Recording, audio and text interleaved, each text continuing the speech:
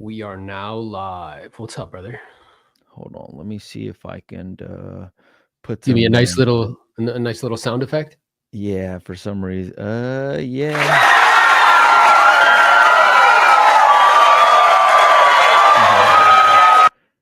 I love it, dude.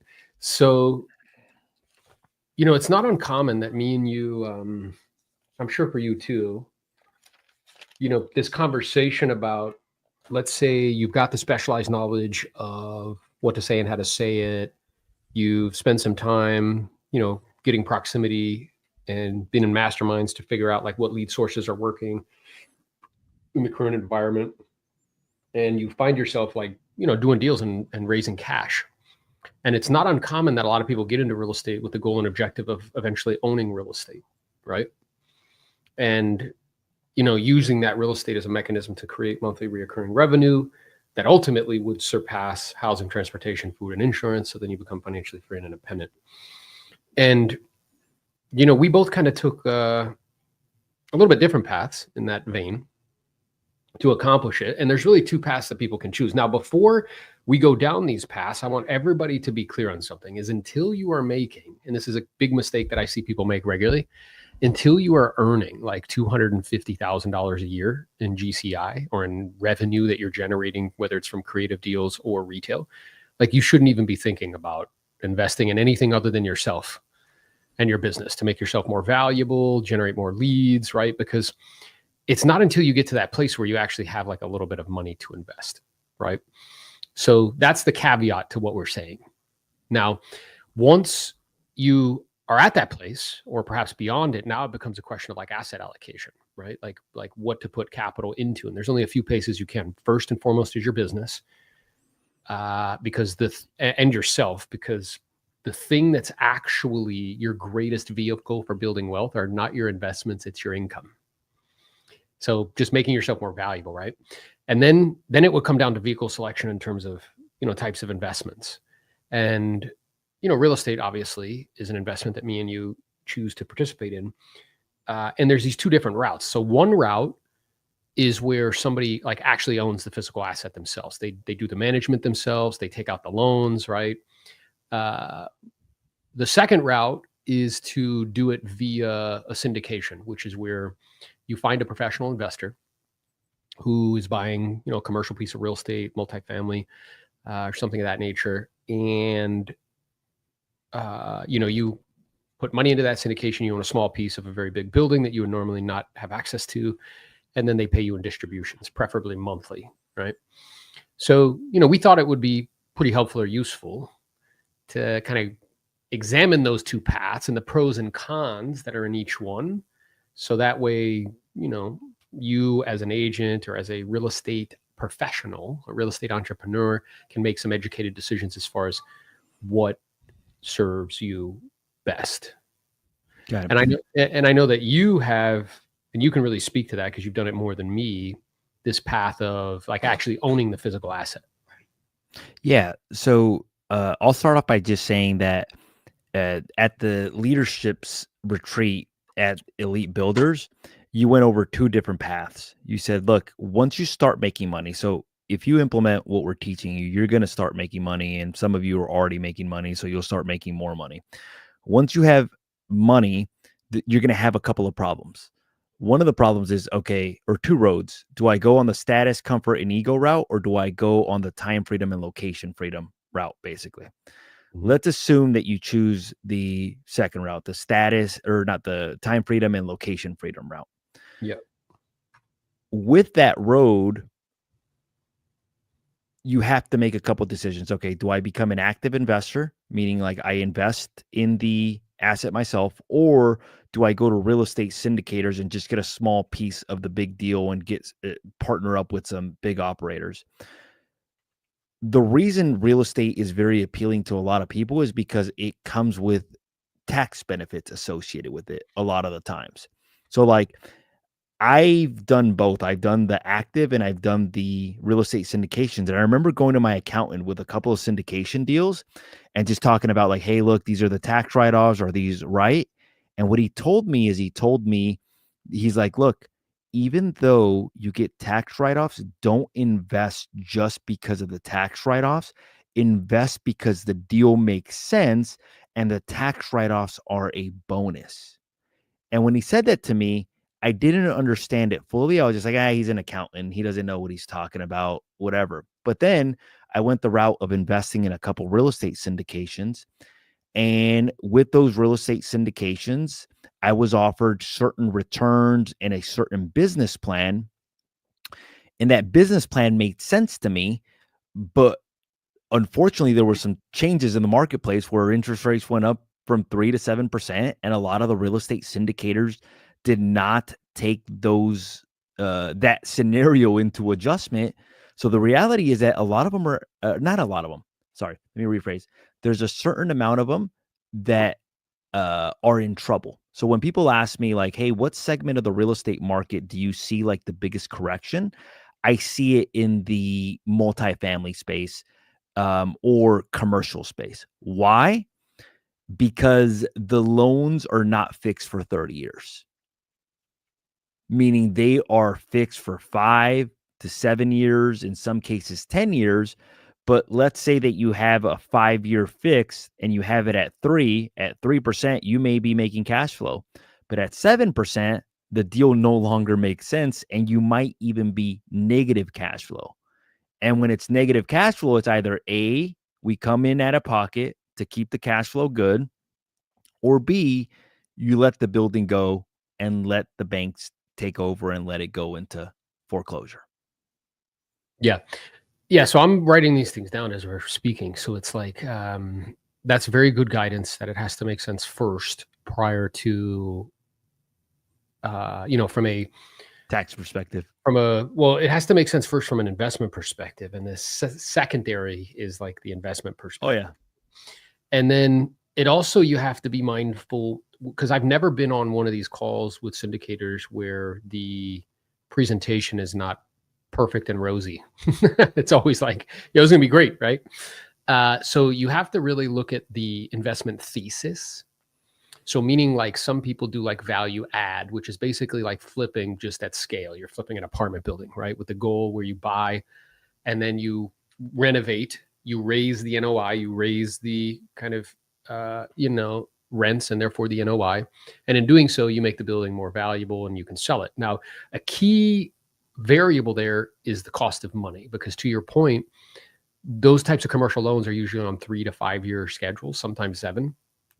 And if rates are very low, right, that's an optimal environment to be doing that.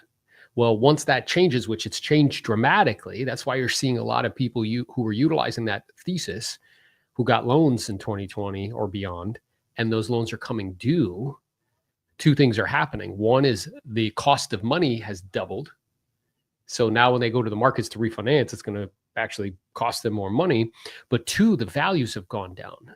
So then the bank's saying, yeah, we'll write you we'll let you refinance it, but you're going to have to give us more money. Like it's more of a down payment, right? So that's causing people to have to get out of these deals, right? So it's, in a broad sense, you get access to a vehicle that you would normally not have access to, which is great. But I also have to think through, like, is this the right environment? So like, in other words, somebody I know that's doing this, their competitive advantage is that they're still doing value adds, but they're only buying with either where the syndicator, they can underwrite a new loan with their own balance sheet, but they keep the same terms as the previous owner had. So they'll still keep that 4% interest rate. You can still do that, right? Like that allows that strategy to still work. Or they do seller financing, right? Where the seller holds a note, right? And then they can get more favorable rates. So in this environment, that would be in an environment where that happens. Now, and then another thing you want to look at too is like, so not only the thesis, but then you also want to look at kind of the equity stack. Like, is the syndicator actually putting their own money into the deal? And if so, how much? Right? Because it's not uncommon for those syndicators where they make money on acquisition fees and disposition fees. And sometimes they just like do deals just to get the acquisition or the disposition fee. And they're actually not investing a lot of their own money in the game. So you want to see that as well. And I think for me, a key philosophy has been I know what my core competency is. I know that I'm capable of like doing those other things, but I also know that if I stay in my lane, right? And if my most valuable asset is really my income, that in those areas, I want to have operational partners. And, so that way I'm not spending a lot of my time or energy and effort managing, right? Because that would be pulling me away from the main driver that really is the key factor to building wealth, which is my income. So I personally don't believe that anybody should spend like meaningful amounts of their own time on actively managed assets until their residual is greater than their earned income, which for most people is like never, right? So yeah, I mean, I think again, you still have to be mindful. And I know me and you triangulated around this because Yeah. I made the decision to go down that route, versus like the route of like physically owning.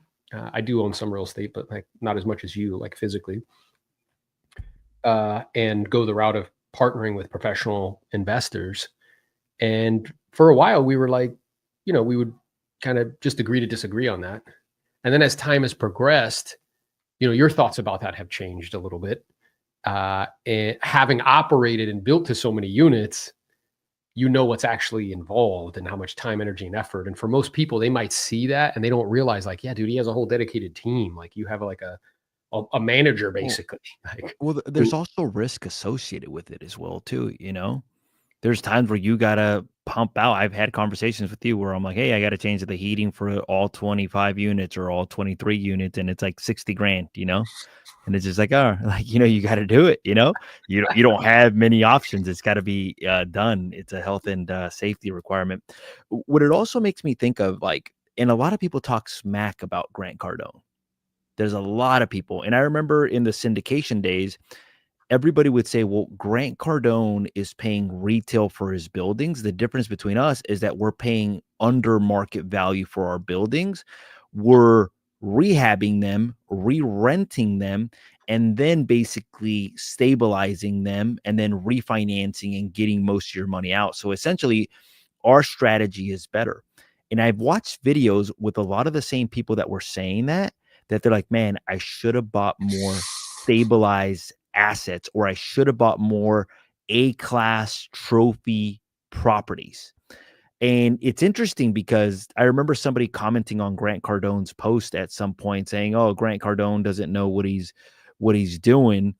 And my response was, I'm like, can I be transparent with you? I was just like he just has a strategy that you don't understand because his play is much bigger than the play that everybody else is doing at the present moment, basically.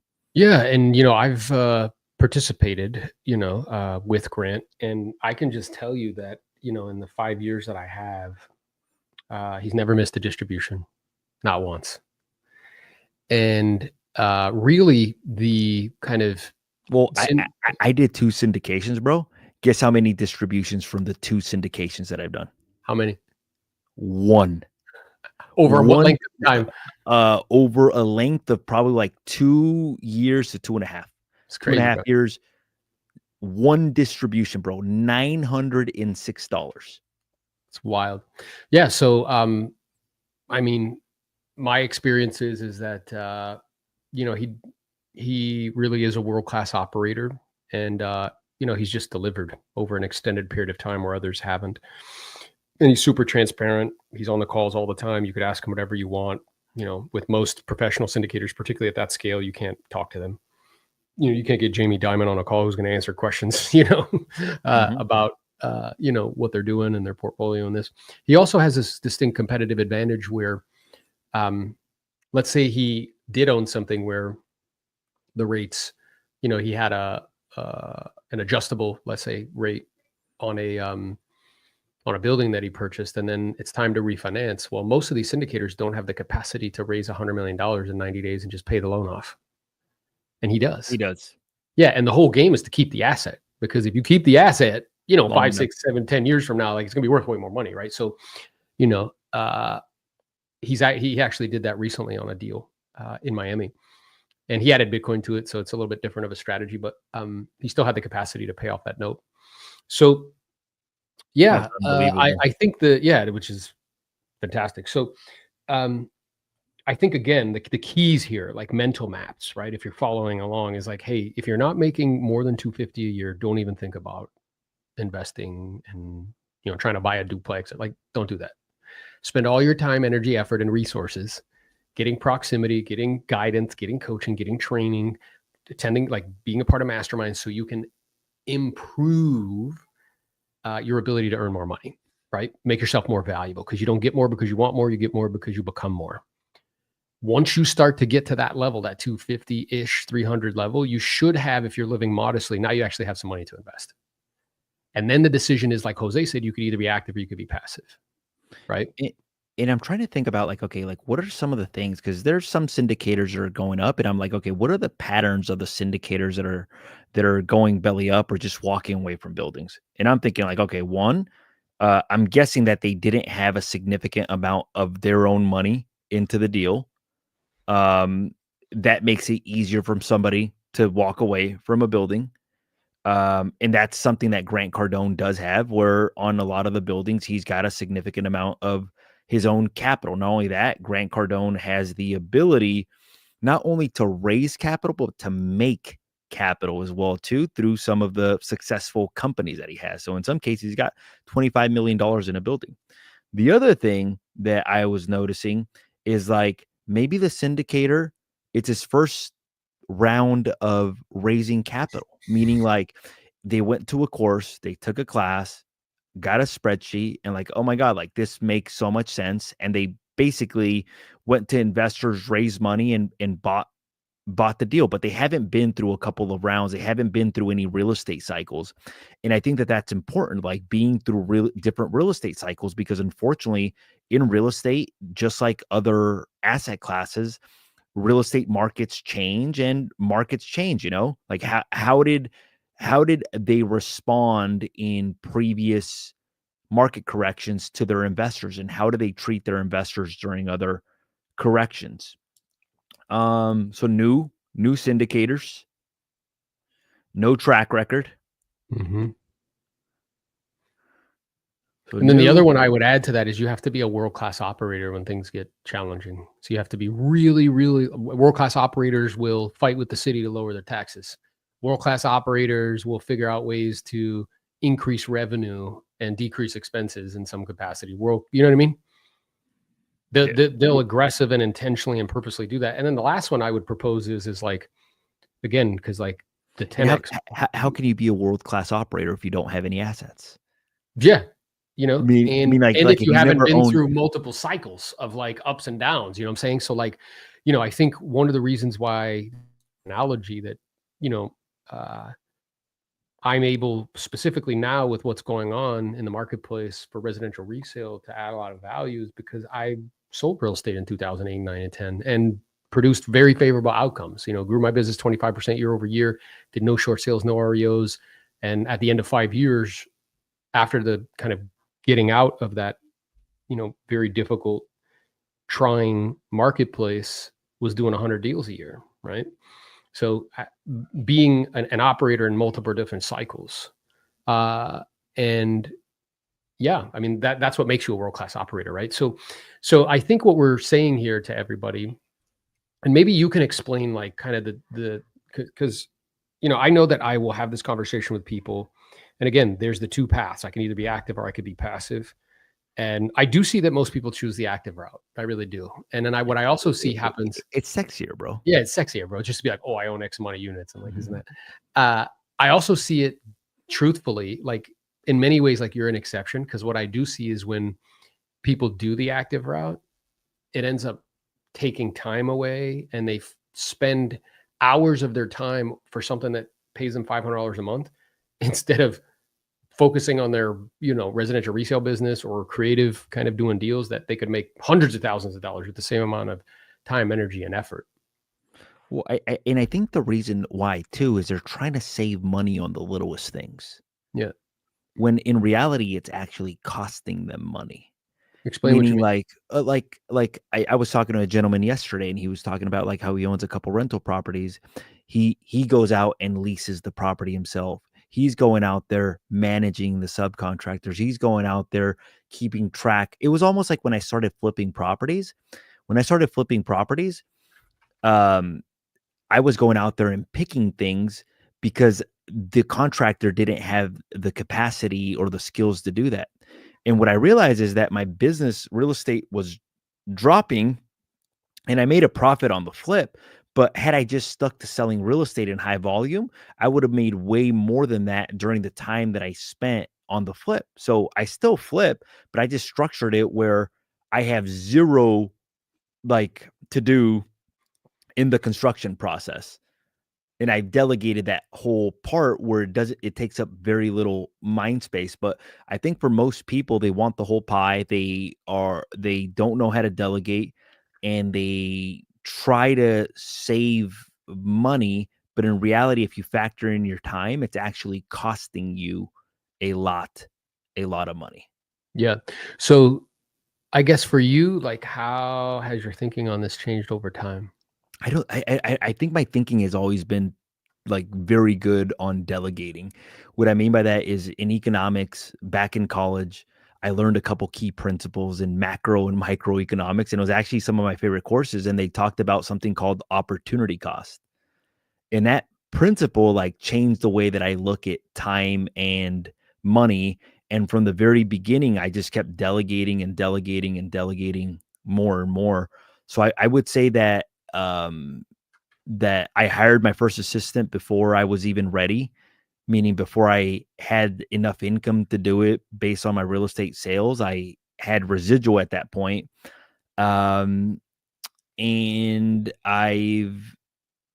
or maybe it's gone better. No, it has gone better because I remember I used to walk projects at some point, and it just developed where I realized that my best way of building wealth is just to focus on selling real estate in high volume. Yeah. So And if then, I do that, everything's gonna be okay. yeah. And again, like, I don't think people really understand how much time, energy, effort, resources, and stress that it takes to like build like a large portfolio. Portfolio. Yeah. And some people would look at your portfolio and be like, it's large. I know people have built bigger ones, with hundreds, if not thousands of units.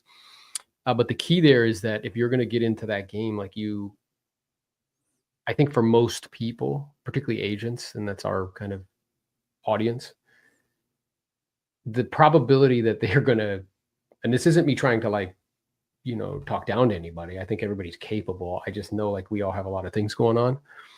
The probability that somebody's going to build a large portfolio and it not distract them away from the residential resale is probably pretty small.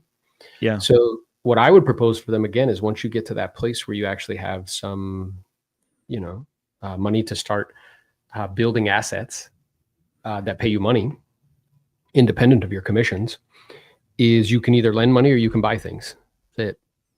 And if you're going to lend money, great. There's vehicles to do that. If you're going to buy things, then you can either be active or you can be passive. So if it's equities, like you can either buy individual stocks, which I think is a loser's game, or you could do index funds. There's various different reasons as to why that makes sense. I've read, I don't know, countless books on it. One of them is called The Simple Path to Wealth. That's really good. That gives you all the kind of mathematical reasons and logic why, if you're going to do that, do index funds, right? Then if I'm going to do real estate, I could either be active or passive. I could either own the physical properties or I can do the syndications. And the key point there is like understanding their thesis, and then also just finding a syndicator that you can trust, right? Because that kind of alternative investment space is rife with, players that perhaps would do things that aren't in your best interest, right? So it's just finding the person that you can really trust. And then once you trust them, there's always risk in everything. But once you trust them, then my job is just to continue to keep giving them some funds. And then as time progresses, you'll build like a meaningful stream of income that stands next to you while you sell real estate. I also think it's like, who's the guarantor, like, of the project? You Yeah. know, so if the person raising the capital is not the guarantor himself, you're probably dealing with somebody that doesn't have enough of a net Assets. worth to basically that the bank would feel comfortable lending to them. So if the bank doesn't feel comfortable lending to them, it could be a little bit of a red flag. And then it just depends who's guaranteeing the loan, you know, like who's coming in to guaranteeing the loan. But that could be like a I tell sellers sometimes when I'm interviewing for jobs, I'm like, look, there's nothing wrong with working with somebody that's new, as long as you know that they're new, and as long as you know that there's certain risk associated with that strategy. You know, it's the same thing with syndicators. There's nothing wrong with working with them. You just have to know that, you know, that they're new and that there's going to be certain challenges and that there's going to be certain things. And don't get me wrong. I mean, there's a lot of things that have changed since I made the syndication investment. Like, for example, like cost of construction, it's gone up. You're finding that out, aren't you? Yeah, cost of oh yeah. Yeah, we got a I 60. saw your thing in the chat. I was like, oh, he's finding that out. It's actually a little bit more than what he thought. Oh yeah, it's so crazy, bro. I still think I'm gonna get it in the budget that I've set for it. But dude, I got a quote for 6 ADUs. Some contractor say, yeah, I'll charge you 3 million for it. And I was like, 3 million? You know what? I text him back. I'm like, look, the other 25 units are already built. I just need 6 more, you know? Yeah. That's wild, dude. Yeah. When Yeah, I things. when he said that, I was like, it's crazy. Yeah. Yeah, I also think that it's such a big building that people automatically assume like, oh, it's a big building. I could charge a lot more for it because he's probably making a killing and it won't affect him in any way. It's like let's say you go to a house in Beverly Hills yeah, or like exactly. You pull up, the Miami. plumber's going to charge you way more money just because of the Yeah. house. Yeah, Yeah. yeah. So, but yeah, I think that's good guidance. And then it's also recognizing that again, like we don't get to choose. We think that we can avoid risk. You can't. Yeah. You just get to choose the risks that you want to take. So I've done syndications that have worked out. I've done ones that Well, through no fault of mine or really the syndicators, like one was like an apartment, excuse me, a hotel chain. And then 2020 happens. What happens to hotels? They, you know what I mean? So I don't know if I'll ever see that money again. So it's just understanding that like that's a possibility.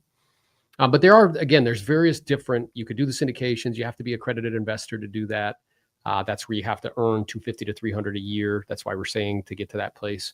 In income in a calendar year, 250 as an individual, 300 a married couple for 2 years in a row, or you have to have a net worth of $1 million separate from the equity in your own home. That should tell you something about what bankers feel about the equity in your own home. They don't count it as an asset. So that should tell you something. But then there's also like, REITs, real estate investment trusts that have to give out, I think it's like 90% of all the revenue that they generate in the form of a dividend. You can do that as well. Those are traded on the open market. There's non-publicly traded REITs that are out there. So there's different kind of vehicles that you have at your disposal. I think the key here, though, is again, making that philosophical decision, which is like, I'm either going to be active or I'm going to be passive. And also a recognition that my most valuable vehicle for wealth accumulation is my income. It's not investments that I have. I remember being on a call with this guy and like, we were in a mastermind and he said something on the call. He's like, yeah, like I'm pretty sure like I have the highest net worth of anybody on this call. And everybody's like, uh-huh. and then he's like, yeah, you know how I did it? And they're like, how? He's like, well, I just stored and invested 30% of everything I earned from the beginning. So when I was making 100 grand, it was 30. When I started making 500, it was 150. When I made $1 million, it was 300. When I made 2 million, it was 600, right? When he made 5 million, it was over $1 million, 1.5 or whatever it was. And then he's like, I don't care what you put it in, right? We put it in like and by the way, me and Jose are not financial advisors at all. Just want to preface that. We're just giving you information that could be helpful or useful to you in some way. But yeah, he put it, he's like, if you put in index funds and you leave it alone for 30 years, there'll be a lot there. You put in real estate, put 65% down, you could weather, storms, whatever, and you'll be fine. So I think it's like, I don't want people to get over kind of complicated about it. But yeah, it's just making that decision because again, I see a lot of people go down that route and they'll end up doing like 20 deals a year, but they're managing their 2 Airbnbs. And it's like, bro, like, what are you doing, dude? If you would hire a manager, if you want to hold on to the asset and go focus on making more money, you can make 5 times the amount of money what you're currently making. Selling real estate in high volume. Real estate. Yeah. Yeah, a different way of explaining that is I know this guy that he explained it in a way where it's like, look, you need fast money, you need medium money, and you need slow money. The slow money is the real estate investments, the REITs, the Airbnbs, syndications. That's the slow money. He's like, the fast money is what you just described, meaning like your active income is the highest form of building wealth. He's like, you need to have all 3 of those buckets, basically, or minimum the fast money and the slow money. He's like, because the fast money is your fastest way to raise cash. And then you have the slow money that over time will build up wealth. Like, so I've invested in real estate from the beginning. And I remember one of the properties that when I first started, the rents were like $2,000. Now they're like $4,000 a month. That's over like a 10 to 15 year period, you know? Yep. It's not like, hey, look, like rents went up from one year to another, double, you know?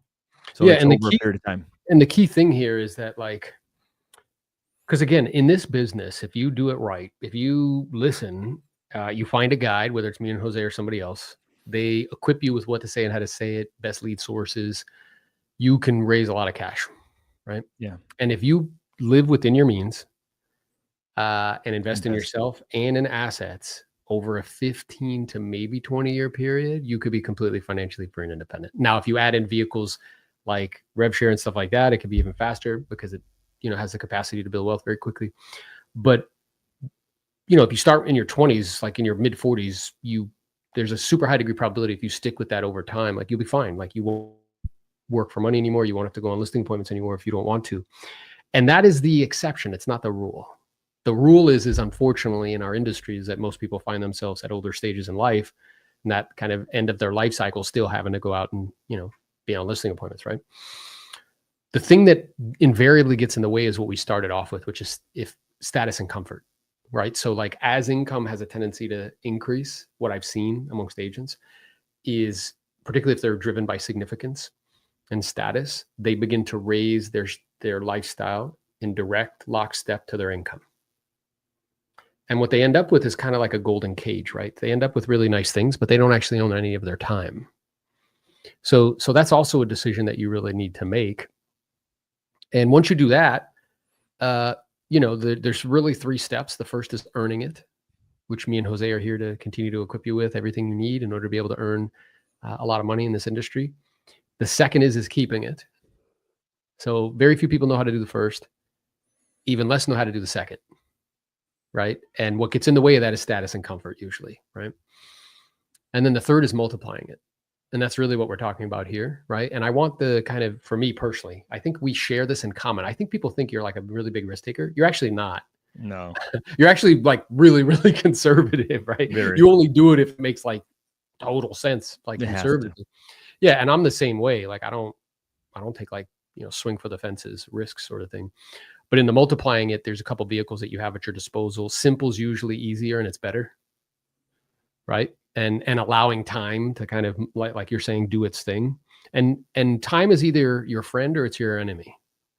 So if you do what we're describing, time will be your friend, right? You'll find yourself when you're my age with a little gray in your beard and you're like, oh, yeah, that's good. Time worked for me, right? The compounding thing worked for me. If you don't do these things that we're talking about with a super high degree of probability, time will not be your friend. And as time progresses, you'll find yourself then feeling the need to be more risky to try to make up for, and that's where you get into big trouble because you start to grasp for like home runs. You start to like, reach, and that's usually doesn't end up working out well. It clouds judgment as well too. Yeah. At that point, it's like I know people that they get super emotional about the selling of their property because all their net worth is tied up in the sale of their property, and their retirement depends on them getting a certain amount, and if they're not able to get that certain amount, they freak out. Yep. Which is the crazy part. That's exactly right. So, yeah, so if we were to kind of lay out a blueprint, right, for building wealth in this game, I think Naval does it best. So the first is you need specialized knowledge. So the specialized knowledge we're referring to is like what to say and how to say it, right? And Lead product source knowledge and and yeah. product knowledge around like the different areas of real estate. When we say product knowledge, we mean like other than just listing the property. Can we do a sub two? Can we do a Delaware statutory trust? Can we do like a wholesale deal? Like, I mean, like just having more product knowledge. And that specialized knowledge, the acquisition, it takes time. I mean, it took me 5 years to get to 100 deals. My first year selling real estate, I made $13,000. Jose, when he first started, wasn't great. He went on 100 listing appointments and took 20. That's not good. Lower. You know what I'm saying? Like, he's since very much so improved, but like it takes time to acquire that specialized knowledge. I would propose or suggest probably 5 to 7 years. Like, I didn't really feel like I knew what I was doing until I hit like 100 deals. I'm like, okay, like I kind of know what I'm doing now. You know what I'm saying? So it's just, if it's not worth doing for a decade, it's not worth doing for a day. Get proximity to people who can give you that specialized knowledge and who are available to you and are reliable and capable. The second thing you need are tools. Tools are things like lead sources. They're things like CRMs. Those are tools. Lines of credit, perhaps. Those are tools. And then the third thing you need is leverage. And the leverage, and that speaks to what we're talking about right now. The lowest form of leverage is labor. You got people on your team working for you. Like whenever people tell me like, oh, I want a team, I'm like, I don't think you really understand what like that form of leverage. Because if you did, like, I'm not convinced you'd still want to do it. But then the second one is capital. And that's the one we're really speaking about right here, which is where you have money working for you. And then again, I just need like a very clear goal and objective in the distance. I need to recognize that like my most powerful vehicle for wealth accumulation is my income, and time in the market is more important than timing the market. Like allowing compounding to do its thing over time, and just consistently and diligently and perpetually, year after year, month after month, independent of ups or downs, sideways, keep contributing, right? I've seen Jose, buy assets in all markets, up, down, sideways, like whatever, right? So keep deploying capital. Our tendency is to hoard it and not, kind of get rid of it. And we think that by keeping it in like a savings account or something liquid, that's safe. No, that's actually a risk, because every year that goes by, every month that's go by, because of the inflationary environment that we're just in, which makes it go faster, but just inflation in general, your purchasing power is being eroded. It's basically like the government telling you, hey, we're going to steal 2% from you every year. And we're like, okay, like that's a good idea, right? So, and if you do that consistently and diligently, and again, simple is usually better and it's easier, right? Usually better. You don't have to be like super sophisticated with it.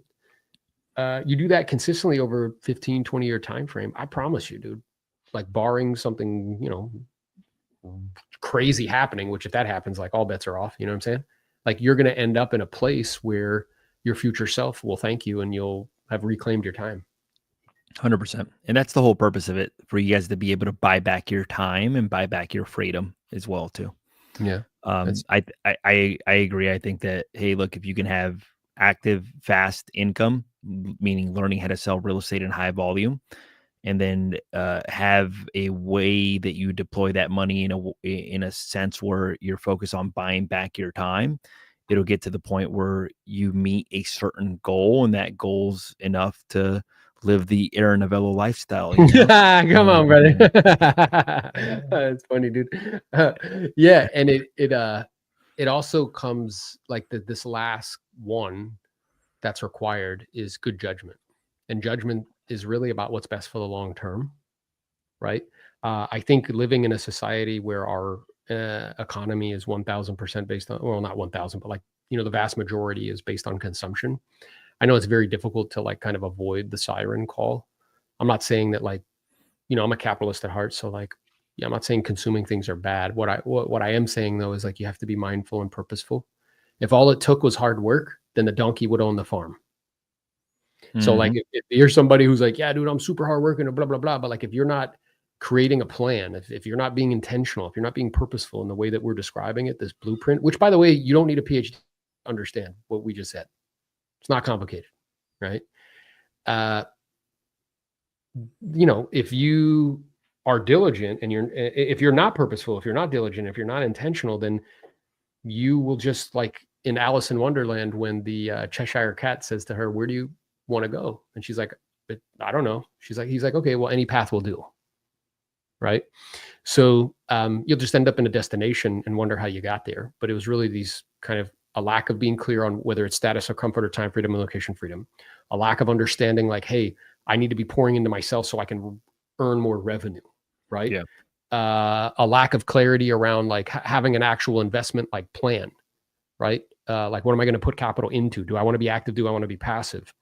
And then sticking with it year after year, month after month, rain or shine, just keep doing it. And letting, the markets and compounding and all that do its thing. Again, I think that if that is something that you aspire to, that blueprint will help you get there for sure. Oh, 100%. Yeah. Cool, man. Awesome, brother. Well, listen, I appreciate you. Hey, everybody. Yeah. He's the best, bro. I got mine, but it doesn't work as good. So I still got to work on that. Mm-hmm. I'm going to drop a link to the Do More Deals Summit. That is happening January 22nd. Jose will be there speaking. I'll be there speaking. Pace Morby will be in the room speaking. We got some other rock star speakers lined up for you. It's going to be next level. Somehow be better than last year, because last year's was amazing. And we look forward to seeing you there. We got an early bird special going on that ends by the end of the year. The end of this month. Don't reach out to me or Jose after the end of this month and be like, "Yo, can I get the early bird special?" Because the answer is going to be, "I love you, but no." All right, let's go. Let's be great. Talk soon, brother. Later. Peace.